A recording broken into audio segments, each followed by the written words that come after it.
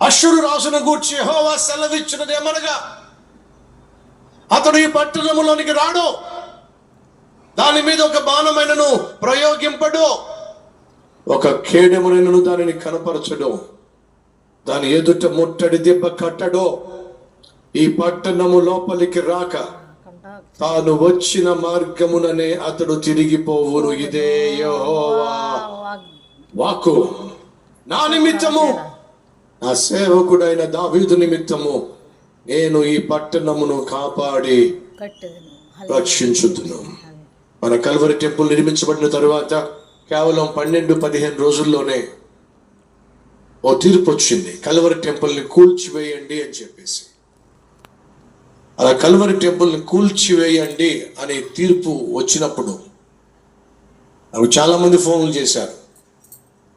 Court ఇచ్చిన తీర్పును ఏ ఒక్కరూ కూడా ఎదుర్కోవడం సాధ్యం కాదు.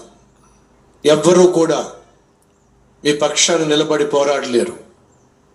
కాబట్టి బ్రదర్, బుల్డోజర్లు, జేసీబీలు ఇవన్నీ వచ్చి కల్వరి టెంపుల్ను కూలుస్తున్నప్పుడు దయచేసి మీరు అడ్డుపడకండి, మీ ప్రాణాలు కాపాడుకోండి. ప్రాణాన్ని దక్కించుకుంటే మరొక మందిరాన్ని కట్టగలుగుతారు. దయచేసి మీరు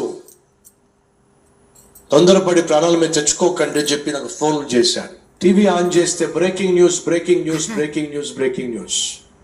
అద్భుతంగా నిర్మించబడిన కల్వరి టెంపుల్ని కూల్చివేయమని కోర్టు ఆర్డర్ ఇచ్చింది. Breaking news. నా ఫోన్ ఏమో మోగుతా ఉంది, జేసీబీలు రెడీ అయిపోతున్నాయి, డిమాలిషన్ స్క్వాడ్ వాళ్ళు కూడా రెడీ అయిపోతున్నారు. అవసరమైతే పోలీస్ సిబ్బంది వారిని ఏర్పాటు చేయడానికి అన్ని ఏర్పాట్లు చేస్తున్నారు. అక్కడి నుంచి కూడా ఫోన్లు వస్తున్నాయి. ఇప్పుడు నేను ఖచ్చితంగా సంఘానికి జవాబుదారుణ్ణి. 52 రోజుల్లో దేవుడు మందిరం కడతారని చెప్పారు. అద్భుతంగా 52 రోజుల్లో దేవుడు మందిరం కట్టిన తర్వాత ఇలాంటి విపత్తు వచ్చింది ఏమిటి? మందిరాన్ని ఈ విధంగా కూల్చేయబోతున్నారు. మరి మీరేమంటారు? ఖచ్చితంగా నీ జవాబు చెప్పాలి. ఈ లోపట కొంతమంది కాచు కూర్చుంటారు కదా, వాళ్ళు ఆల్రెడీ మొదలు పెట్టేశారు.